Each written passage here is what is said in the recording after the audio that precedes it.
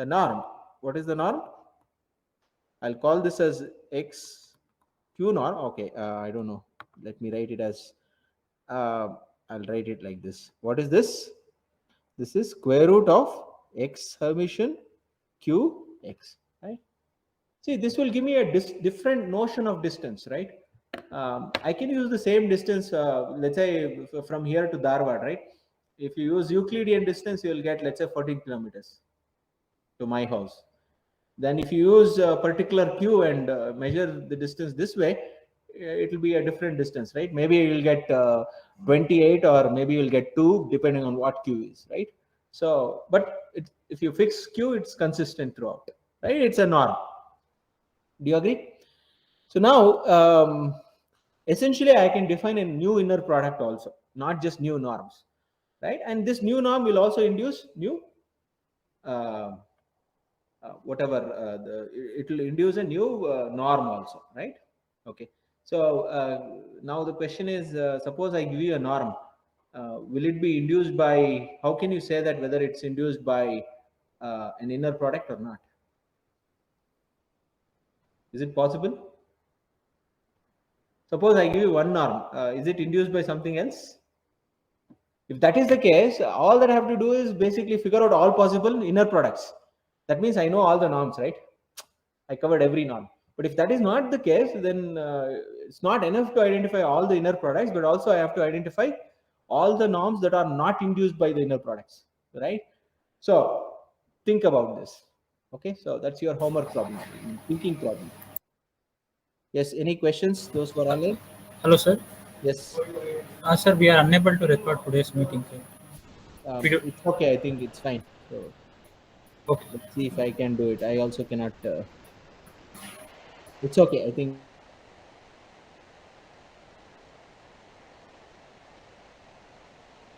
Okay. Um, um, so now you have this, right? So set of all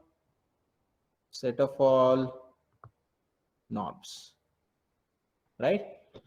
You have set of all norms. Okay, so this is your set of all norms induced by inner product, right? Now the question is whether this shaded part, right, whether it covers the entire space or it's a part of it, right? That's the question, right? Which you are supposed to think and do some background study and let me know. Okay, now essentially what we have a vector space, we have an inner product, we have a notion of distance. In fact, we have multiple notions of distances. Now I can talk about convergence and so on, right? So let's start with this. Okay, so I'll stick to Rn. Okay, it's true for Cn also. Maybe I'll stick to Cn only. Let you take Vn belong to Cn. I think uh, I'll use K. Okay, so this is Vk belonging to Cn, n-dimensional complex vector space, right? Vk be a sequence of vectors, right? This is a sequence of vectors. How do you get this sequence? You can get this sequence in multiple ways, right? For example, those who know what is gradient descent, each time what I do, I look at the vector vk and look at the function f of v. I move in the direction of the gradient, I'll get a new v, right? Vk will be equal to some function of vk minus 1. So I keep on updating, right? So I'll get a sequence of vectors. Now I have to say whether that vector will converge, right? That means I have to stop my algorithm and that will be my solution, right? Any questions? Okay. So let's look at the definition of what do you mean by convergence, right? We say that Vk converges to, let's say, V star if I need not do epsilon delta definition here, right? Why? I keep saying this. I don't know if you would have heard this from your seniors. See, if you don't know how to, let's say you're a doctor and you don't know how to treat malaria, but you know how to treat cholera. If somebody comes with malaria, what do? Nobody wants to do it. You convert it to cholera and treat it, right? So that's the only way. So now I don't know how to deal with the convergence here. So what should I do? Huh? I know how to deal with sequence of numbers, right? I know convergence there, but I don't know convergence of sequence of let's say vectors or sequence of functions and so on, right? I don't know. What should I do? If an converges to a, for example, sequence of real numbers, an converges to a, what can you say about an minus a? It converges to 0. If an minus a converges to 0, then an converges to a.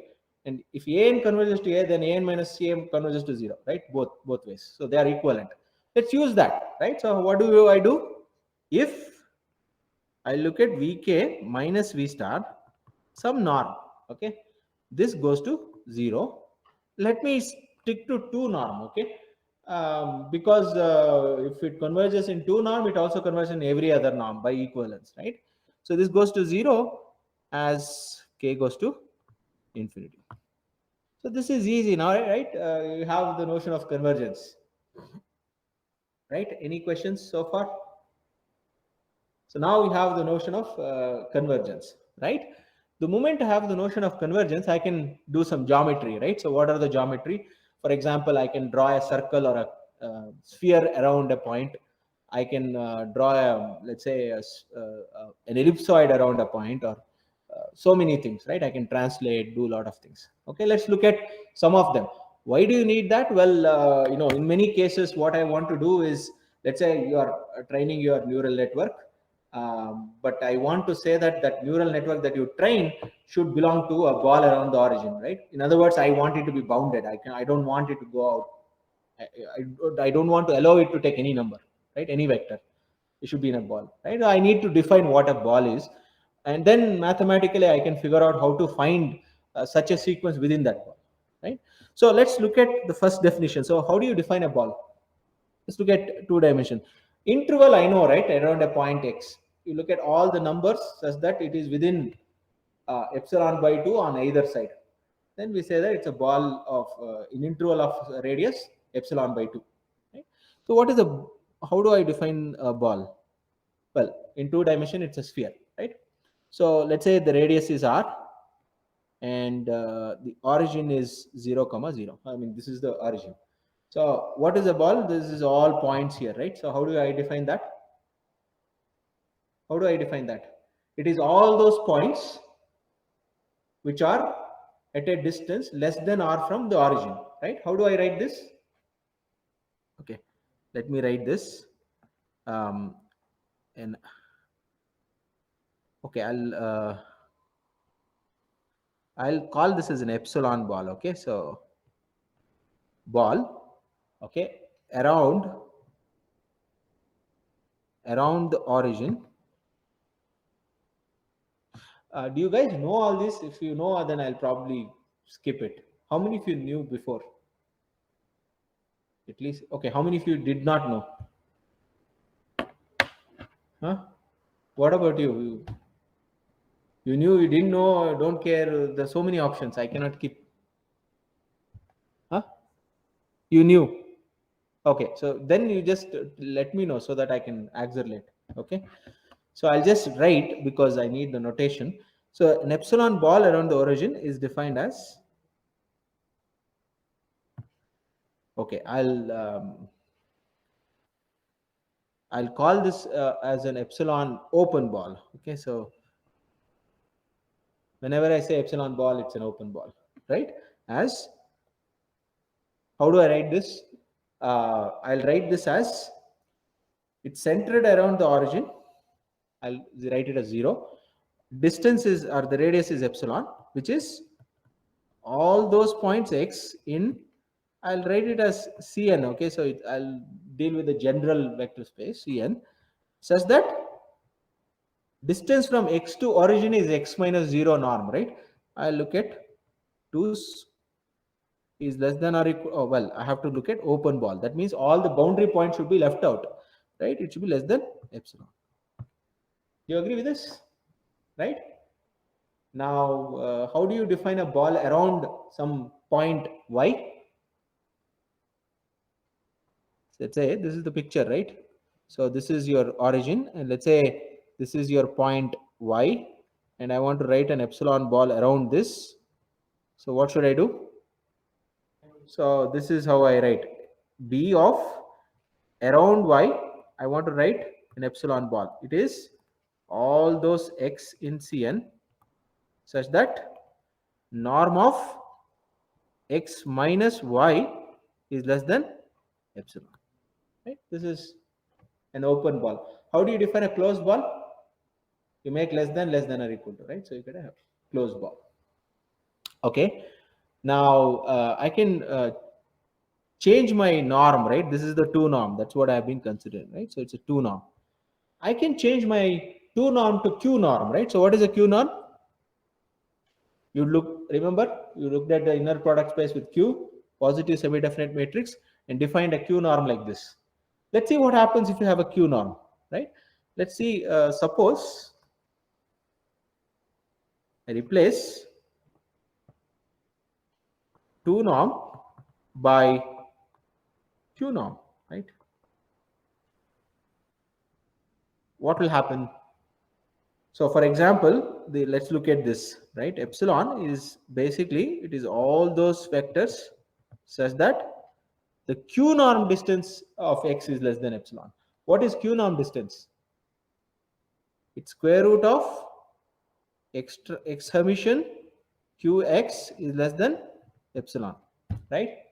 This is same as x belonging to Cn says that I can square on both sides, right? Because both are positive, so I can square.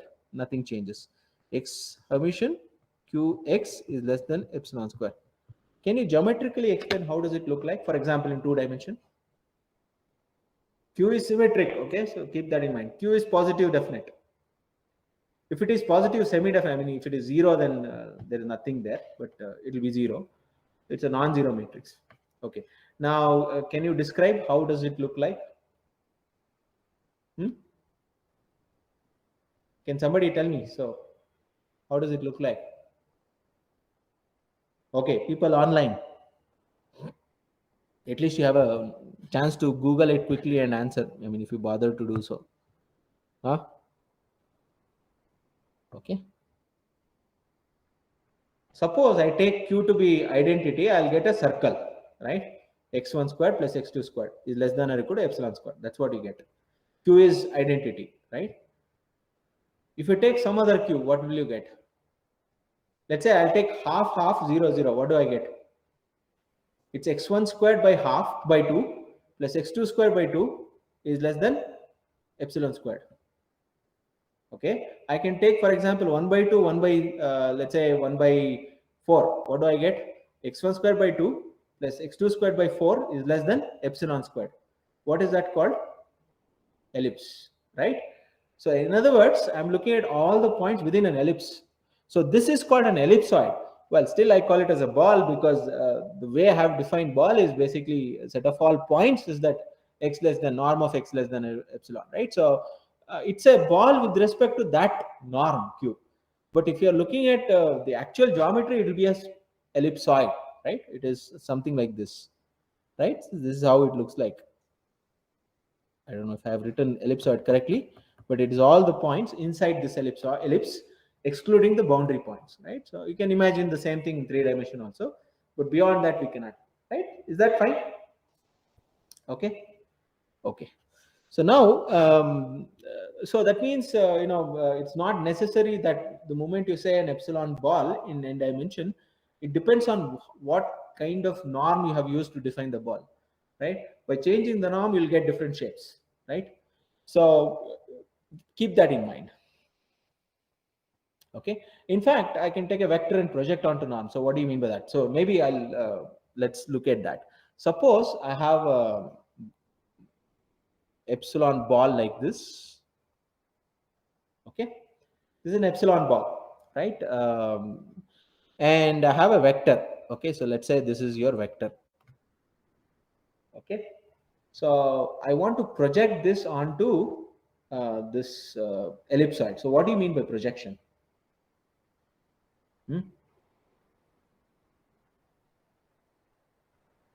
What do you mean by projection? Okay, I should find a point inside the ellipse such that the distance from that point to the vector should be as small as possible, right? Is that fine? So just to give you an idea, so I don't know, maybe have I written the ellipsoid correctly? Right. This is the point, right? I want to find a point inside the ellipse such that it is the closest point to this point. Suppose this vector is v and this vector is x. I want to ensure that x should be as close as possible to v, but with the constraint that x should be within an ellipse, right? So how do I write this? The problem would be, so I want to ensure that the distance between x and v, well, it depends on what distance you want to measure. You can use any norm. For example, typically we use two norms, right? I want to minimize this, right, for all x, but it's not any x, right? Well, then it is easy, right? So if it is any x, I'll take it x equal to v, right? Then you'll get 0, done, right? But I want this x to be ellipsoid, right? So how do I write this? Let's say q0 epsilon, right? That means all those points within an epsilon ellipsoid, right? BQ0 comma epsilon. Maybe I'll change the notation here. I'll call this as BQ epsilon because it depends on Q, right? It's defined that way. So that means I'm going to look at all the points within the ellipsoid and compute the distance from that point to V. Okay, among all the points, I'm going to find the least, right? Well, this is an optimization problem. Suppose Q is identity. What do you think is the solution? So you have a circle like this, and this is the center, and you have a point V. Now I want to find a point X inside the circle such that V is the closest. So which one do you think is the closest? Huh? Well, this point, right? But there is a problem, right? There is a technical problem. Of course, we engineers may not care about this, but still, can somebody recognize what is the technical problem here? The way I have posed this problem, right? If Q is identity, or even otherwise, do you think there is an issue? Huh? Do you think the point can be inside the sphere, inside the ellipsoid? Never, right? I can move. There is some epsilon freedom around it, so I can move in some direction so that I'll be closer to that point, right? So it cannot be interior of your ellipsoid. What is the only possibility? Boundary, but boundary. What is the issue now? Tell me. Huh? So what should I do now?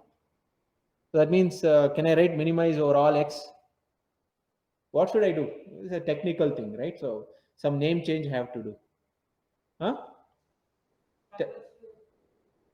Well, there is a convenient way of fixing this problem, right? By changing the name. Right? That's what I have to do. It's not guaranteed. Okay? Fine. So that means I'll take the infimum. Therefore, the problem is fixed. So now the projection. So this is also called projection. Okay. The same projection that we looked at earlier. In fact, we posed this as an optimization problem even there, and the solution turned out to be projection. Right. So this is also called projecting the point V onto the set BQ0 comma epsilon. Right? That's what it means. Okay. Good. So one more notation. So can somebody guess what this means? This is just a notation. BQ of 0 comma epsilon. What is this? It's called the closure operation, meaning I'm going to push all the boundary points also, right? That means it's closure of the open set is the closed set.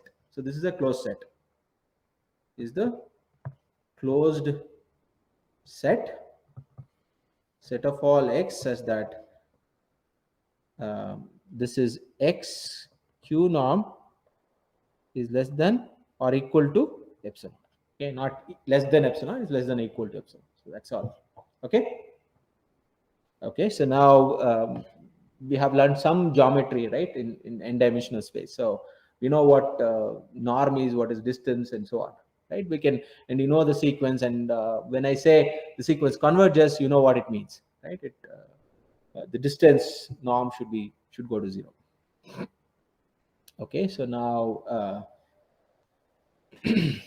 let's look at one algorithm. Okay, so I'll ask you to figure out this algorithm. Okay, this has got nothing to do with your let's say data analysis, but it has got something to do with the linear algebra, or in fact in data analysis you will use these things, the eigenvalue decomposition. So inside your program or inside your function, this is how it gets implemented. So suppose let's say this is an example. Suppose let A belongs to okay, I'm going to introduce a notation now, right? So slowly I'll start introducing notation, because the moment we start studying optimization, we need these notations. Okay, I'll tell you what this is. Okay, this is set of all A in, let's say, C n cross n matrices such that A is equal to a Hermitian, symmetric, and A is strictly greater than 0. Okay, this is called positive definiteness. It's a positive definite symmetric matrix. So basically I will take a matrix A which is in the set of all positive definite symmetric matrices. Okay, now I definitely know that there is an eigenvalue decomposition. So how do you find the eigenvectors? Well, there are ways, right? You do determinant, do all that. Is there a nice and elegant way of figuring out what is the eigenvector? Okay, so let me write a simple example. Okay, so this is a 2 cross 2 matrix. You have U1, U2, let's say lambda 1, lambda 2.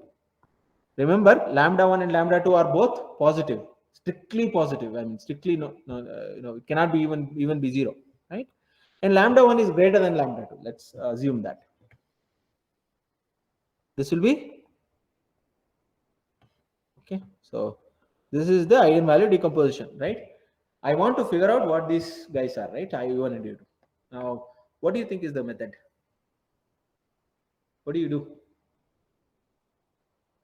Suppose I just take some arbitrary vector u0 and operate A on it. So what do I get?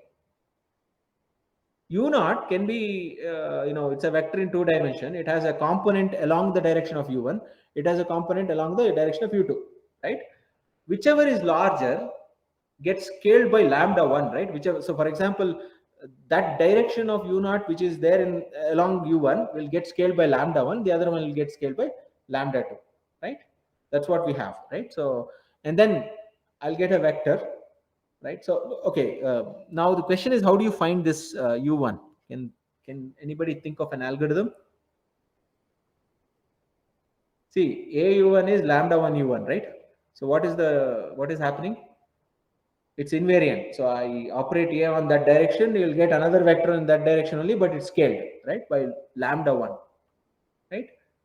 So now, okay, just to make things simple, suppose lambda 1 is 2 and lambda 2 is, let's say, 0.5. Can you think of a method? Okay, so let's see. Suppose initialize U0. Okay, so some vector. Okay, then what do? I'll just do this, right? For t equal to 0, not 0, I'll start with 1. 1, 2, etc. What do? I'll do the following.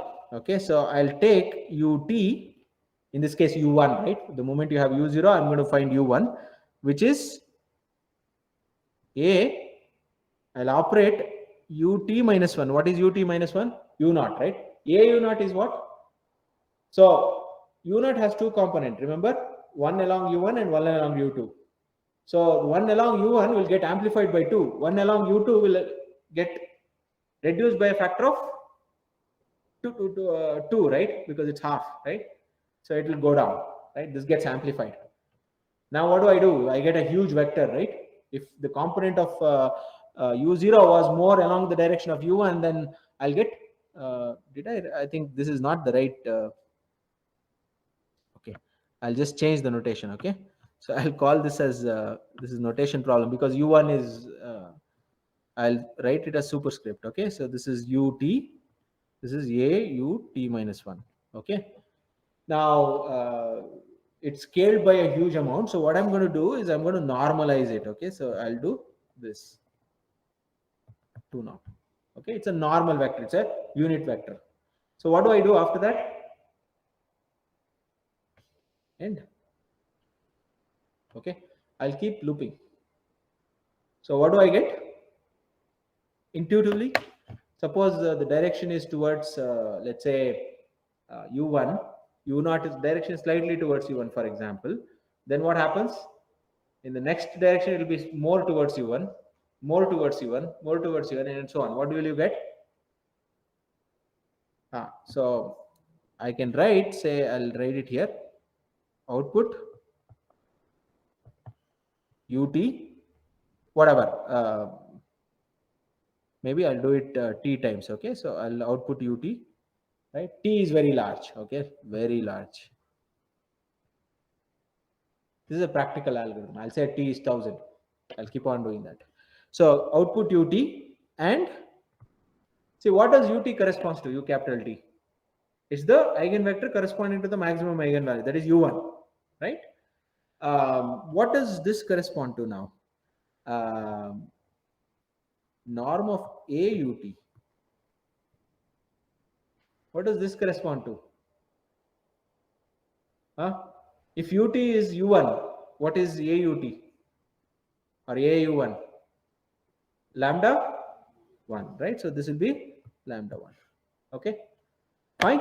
So this is how you find the maximum eigenvalue and the corresponding maximum eigenvector, right? This is an algorithm. It doesn't require you to do any fancy stuff, solving some complex polynomial and all that, right? Which is very difficult. It goes into algebra. Now, of course, now there are a few questions, right? So first of all, how do you prove that ut converges to u1, right? So I'll write it as claim. Okay, so claim 1.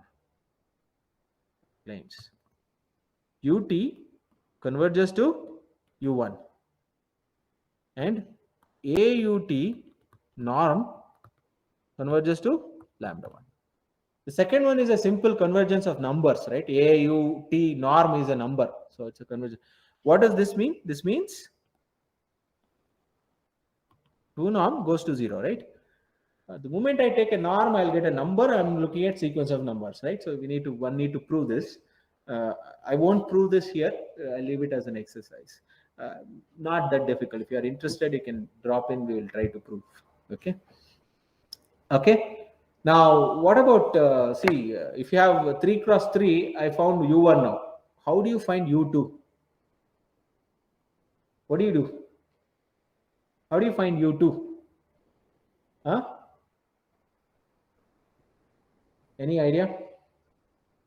I have found u1 now. I know the direction. So what should I do? I cannot take any u2 here, right? A u2 0 or whatever you want to call it. What should I do? I should always, you take any random vector, but project it onto orthogonal subspace of u1, right? And then start with that, right? You do exactly same thing, right? Exactly same thing. But then what is it that you have to do? You have to always keep in mind, you have to project. You cannot just keep on, using any vector. You should always project. That's the only change. Okay, so your homework would be to study this and see what changes one has to do in order to get the eigen values and eigenvectors. In fact, in MATLAB or many other tools, if you say eigen of A, right, eigen of A will give you at least in MATLAB. So behind the scene, this is what is happening. They will use maybe slightly more complicated method, but this is one of the methods. Fine. Okay. Now, fine. So I think this is good enough for us to deal with optimization. Let's move on to one more thing which has got to do with induced norms. Okay, let's see what is known as induced norms.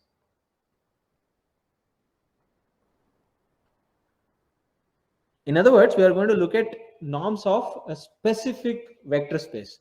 This is a vector space of matrices. Okay, so let I'll take A to be an n cross n matrix. Okay, any matrix. Now, what is the norm of this? How do you find the norm? Well, set of all n cross n matrices form a vector space. Therefore, there's an inner product. What is the inner product? Trace of A Hermitian B, right? That is your inner product. That will induce a norm called what? What is the norm induced by trace? I think you should remember certain names. Okay, unfortunately, it's called Frobenius norm, right? It induces a essentially you square every element. Square meaning since it's complex, you have to take the absolute square and then add them and take square root, right? It's a norm. Now, are there any other norms?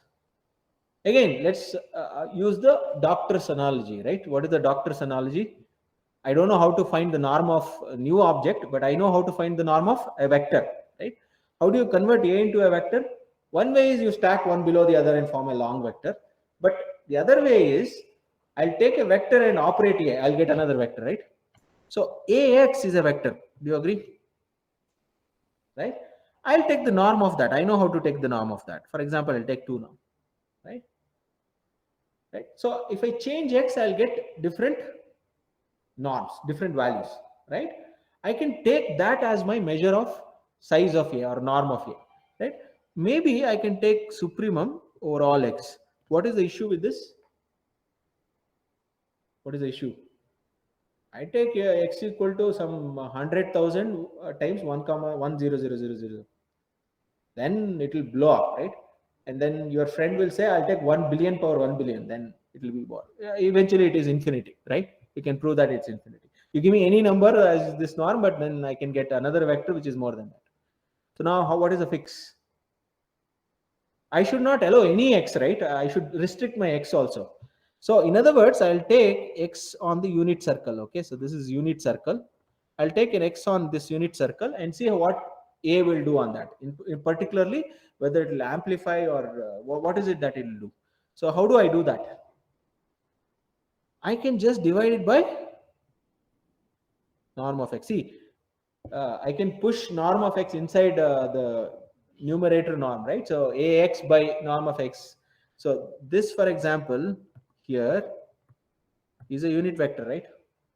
I'm just taking a unit vector, operating A and seeing the size of that unit, that vector. So that will tell me what is the size or the power of A, right? So this is called, there is a name for it. It's called the operator norm of A. Okay. Well, maybe I should not say induced. I'll say operator norm. Right? Is that clear?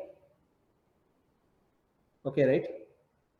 Now, of course, the moment I say operator norm, you should satisfy certain properties, right? Intuition. What are the properties? First of all, it should be positive. Is it positive?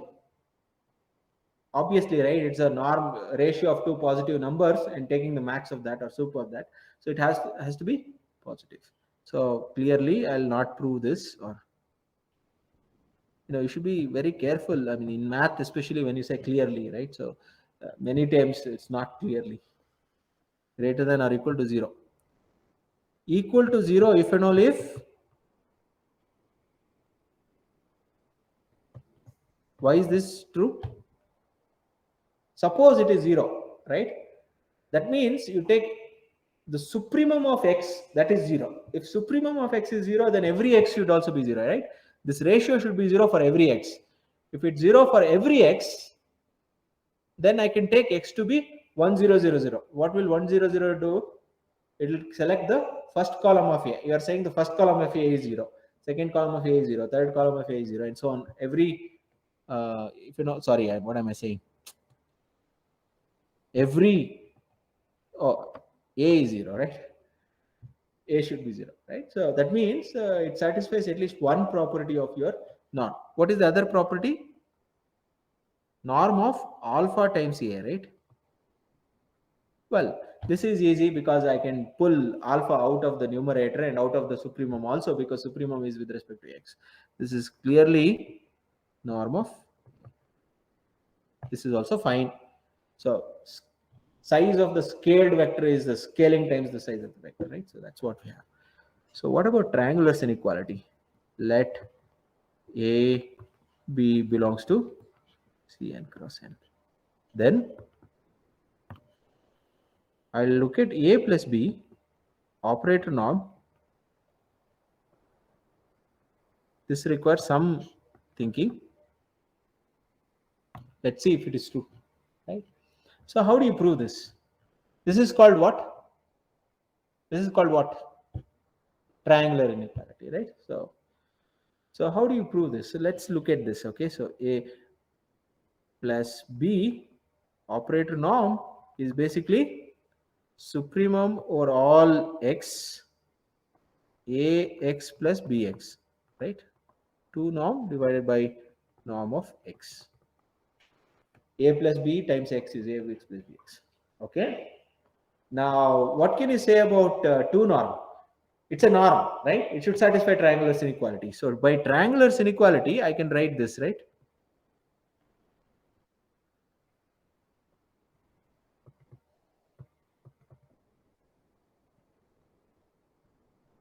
Fine. This is also easy. Okay, what next? If I can split the soup, right, then I'm done, right? So supremum of f of x plus g of x. Okay, so let's see. Supremum over all x, f of x plus g of x. What can you say about this? If I split the supremum, see you have a function, you are looking at the maxima. You have another function, you are looking at the maxima. You are adding those maxima. That is like soup g of x plus soup f of x. Will be like very high, right? Compared to when you look at the sum of these two functions, it could be something like this, which is like the maxima could be very small, right? So supremum over all this is less than or equal to, I think intuitively this is clear, right? G of x. So I'm going to use this x norm of ax divided by norm of x. F of x here is norm of ax divided by norm of x. G of x is norm of bx divided by norm of x.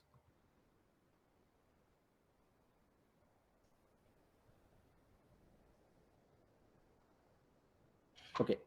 Now that means the operator norm is a norm actually, right?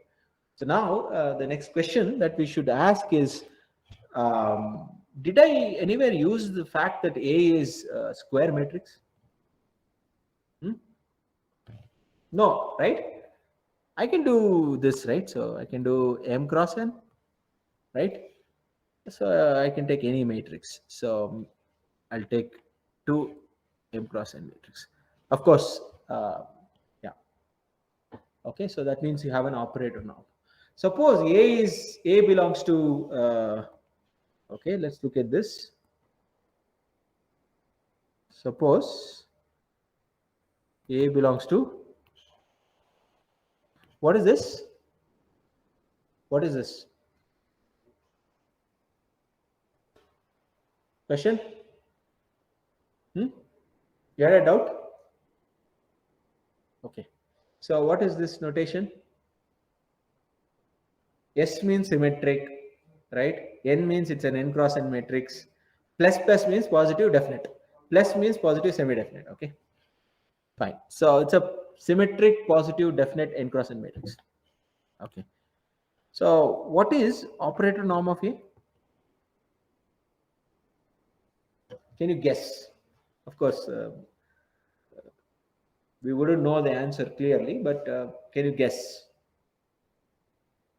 We will see why this is true when we study optimization, because it's an optimization problem that you have to solve.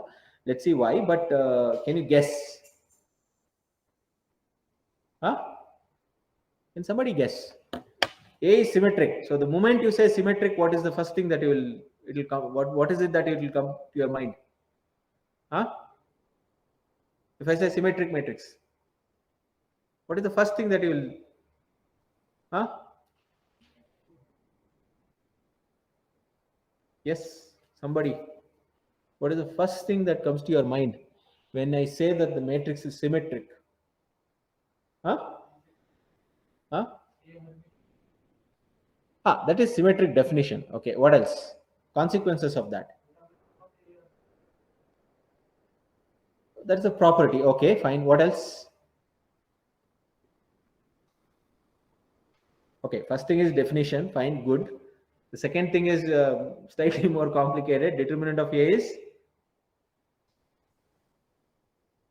okay, determinant of A Hermitian. Well, that is because A equal to A Hermitian. There is nothing. First implies second. Okay, let's take it as one. Then, yes. Huh? Real? Okay, good. Real eigenvalues. What else? Huh? Diagonalizable, meaning what? It has eigenvalue decomposition. What can you say about the eigenvalues? Of course, you said it's real. That's fine. Anything else you can say? Huh? Greater than 0. Good, right? So it's eigenvalue decomposable. All the eigenvalues are non-negative, right? So it's in fact greater than 0, strictly positive, right? So now with this, can you guess what this operator should be? See, I'm looking at unit vectors and operating it, and I'm looking at the size of that operate, whatever, AX, right? In which direction, if I put X, AX will have the largest length. Huh? Which direction? Huh? You take any X, right? I can write it as linear combinations of bases. So if I have eigenvalue decomposition, all the columns are orthonormal. That forms a basis. So I can write it as linear combinations of all the. Okay, so let's look at that. I think we don't need we don't need optimization to prove this. Let's see. Okay, so question, right? Let X belong to Cn. What is X? X is, let's say, alpha I. Let's say Vi. Okay. So what are Vi? So this implies A is V lambda V Hermitian. Okay, so lambda is the diagonal. I'll write it as U lambda U Hermitian or V lambda V Hermitian. So the ith column of V is Vi. Okay, they are orthonormal vectors. So is this fine? Vi forms a basis, and I can write. So what is Ax now? Ax is alpha I AVI. What is AVI? Vi is an eigenvector of A, right? What is AVI? Huh? Alpha I lambda I Vi. Okay, I'm looking at the norm of this, right? So what is the norm of Ax2? So this is, what do I get? I get norm of sum over all I equal to 1 to n. So this leads to some other thing that we need, right?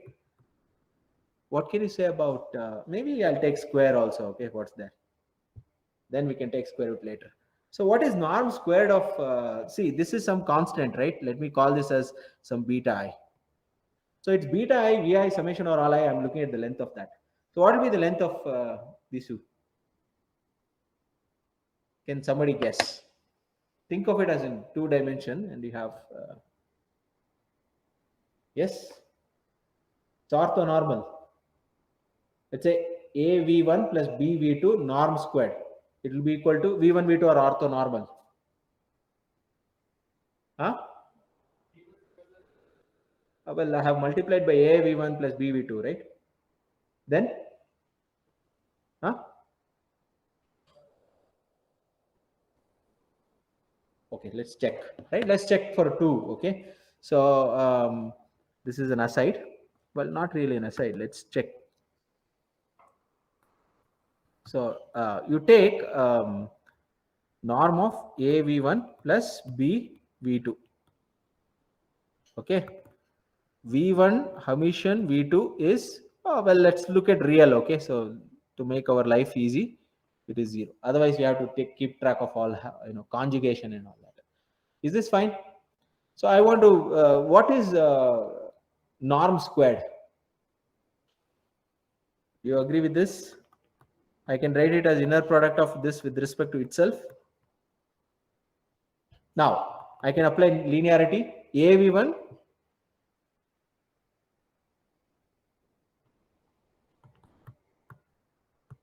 I'll do, okay, maybe I'll do every step. Okay, this is the first step. Then I'll pull A out. Then I'll pull B out. Then I'll pull A out here. Then I'll pull B out. Okay, this is A squared. What is V1 inner product with V1? Huh? Norm of V1. If it is orthonormal, let's also assume this V1 squared equal to V2 squared equal to 1. That means they are orthonormal. This will be 1, right? What can you say about V1 inner product with V2? 0. B, this will also be 0, right? B squared times norm of V2 squared, which is 1. So we'll get A squared plus B squared, right? So based on this, what can you say here? Suppose I have 3 vectors which are orthonormal. Same argument, what do you get? Same argument, what do you get? Sum of the, right? So this will be alpha I squared, lambda I squared, right? Fine. Now I have to divide. So remember this alpha I squared over lambda I squared. So what can you say about this?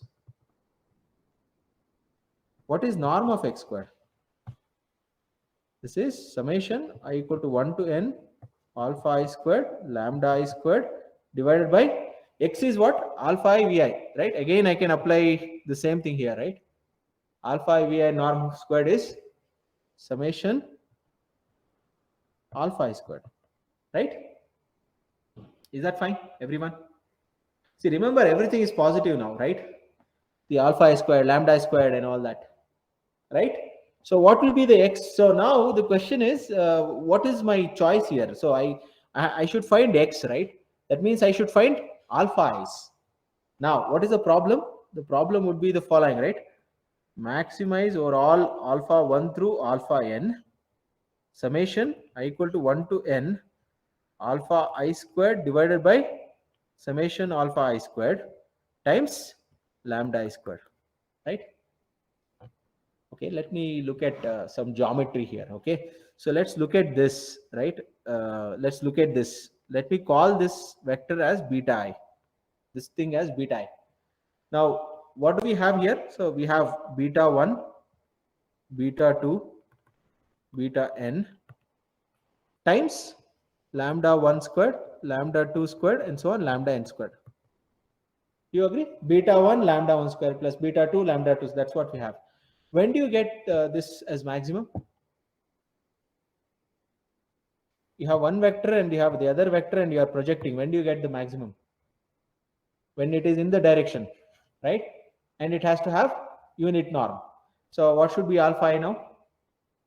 See, alpha I squared over this should be aligned along the direction of this thing, right? And also, okay, so now, what is the maximum lambda I?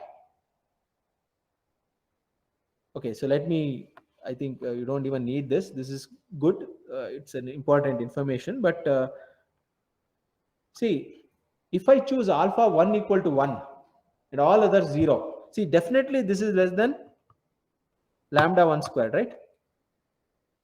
You can never be larger than lambda 1 squared because I'm multiplying each lambda I squared by a number less than 1, right? I'm adding them. You better, so if you have 3 shares, right? You know that one is going to go up by 100 times.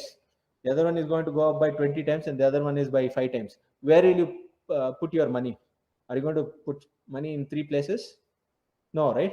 100. I'll put all my money, all by bet there, right? So that means alpha 1 equal to 1 will give me, and alpha 2 equal to 0, alpha 3 equal to 0 will give me lambda 1 square, which is the maximum, right? Choose alpha 1 equal to 1. What does that imply? X equal to V1. That means I should choose x to be v1. So what does that mean? If I choose x equal to v1, I think I'll stop here. If I choose x equal to v1, ax will be what? Lambda 1 v1, right? So what will be the norm of this divided by this? Will be the max eigenvalue, right? You have to take the square root. Remember, I'm taking square here, norm squared. So I'll get the maximum eigenvalue, right? So the operator norm is nothing but lambda max. Well, this is true. Okay, I think I'll stop here. A gentle reminder on the next quiz. Okay, those who are online, I don't know, wherever you are, it's your responsibility to come on campus and then write the exam. Okay. Okay, so any questions?